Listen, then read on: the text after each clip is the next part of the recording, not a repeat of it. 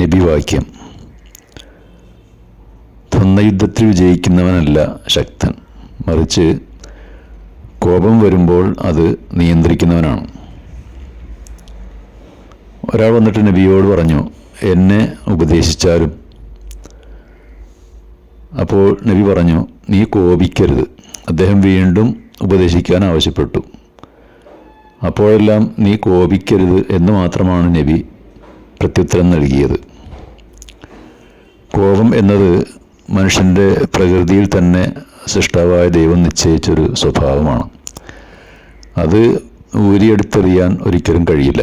എന്നിട്ടും കോപിക്കരുത് എന്ന് പറഞ്ഞതിൻ്റെ ഉദ്ദേശം കോപത്തിന് കാരണമാകുന്ന പ്രവർത്തനങ്ങൾ ഉണ്ടാകരുത് എന്നും കോപത്തിൻ്റെ ദുസ്വാധീനങ്ങൾ പ്രകടിപ്പിക്കരുതെന്നും ആണ്. ഹൃദയത്തെ കോപം ഭിന്നിപ്പിക്കും, സമ്മർദ്ദം കൂട്ടും. ഈ നിലക്ക് ശാരീരികമായി ദോഷം ചെയ്യുന്നൊരു കാര്യമാണ് കോപം എന്നത്. കൂട്ടുകാരുടെ വെറുപ്പ്, ശത്രുക്കളുടെ സന്തോഷം, അസൂയാലുക്കളുടെ പരിഹാസം, ജനങ്ങളിൽ നിന്നുള്ള നിന്ദ്യത, ഇതൊക്കെ കോപത്തിൻ്റെ അനന്തര ഫലങ്ങളാണ്. അവസാനം കുറ്റബോധം ആണ് അത് സമ്മാനിക്കുന്നത്. മനുഷ്യപ്രകൃതിയുടെ ഭാഗമായ കോപത്തെ പൂർണ്ണമായും ഇല്ലാതാക്കാൻ കഴിയില്ല.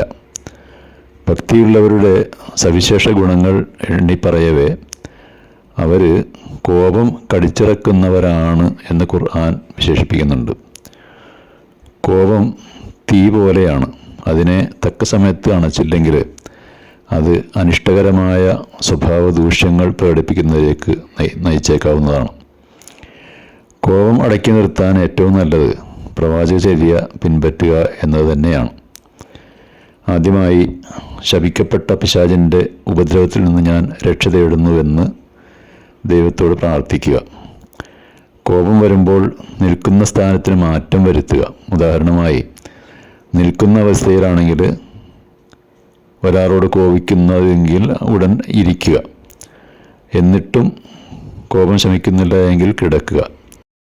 ബഹളം വെക്കാതെ നിശബ്ദനാവുകയും ക്ഷമിക്കുകയും ചെയ്യുക.